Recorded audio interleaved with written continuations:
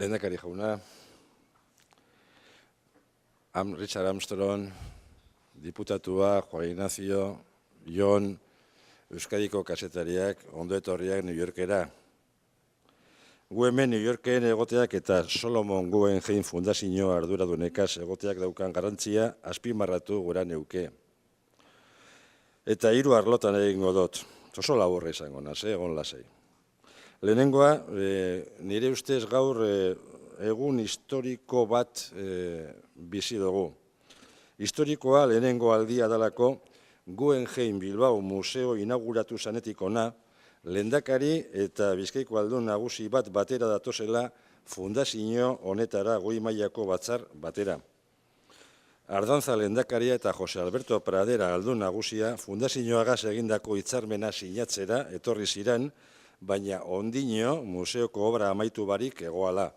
Eta hori izan 1981 urtean.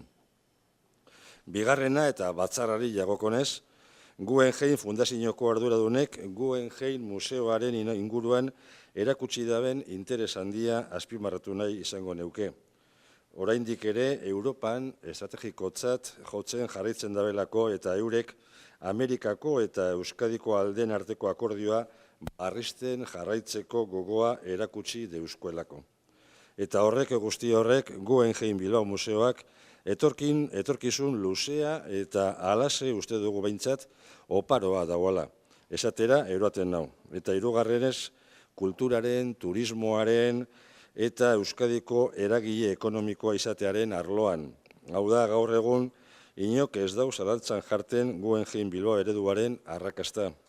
Eta inork ez leuke zalantzan ipini behar Amerikako fundazioagaz jorratu gure doguzan urratsak Bizkaiaren onurako eta jakina Euskadi osoaren onurako direnik.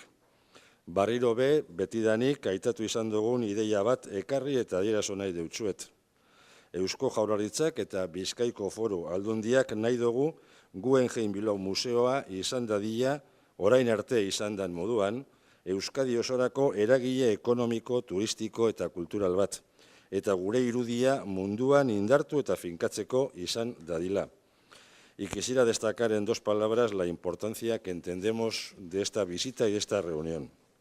En primer lugar, en el ámbito institucional, es la primera vez desde que se inauguró el museo en la que el lehendakari y el diputado general de Vizcaya comparten una reunión aquí en Nueva York.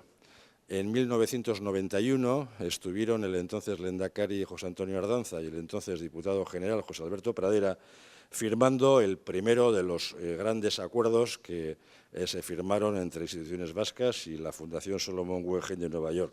Desde entonces hasta aquí, esta coincidencia, además expresa, y que lo queremos manifestar así, del lehendakari y el diputado general es la primera vez que ocurre. En segundo lugar, en lo referente a la reunión que hemos mantenido desde el mediodía hasta ahora, ¿no? Y solamente quisiera destacar el gran interés que han mostrado y siguen mostrando los responsables de la Fundación Guggenheim por nuestro Museo Guggenheim Bilbao.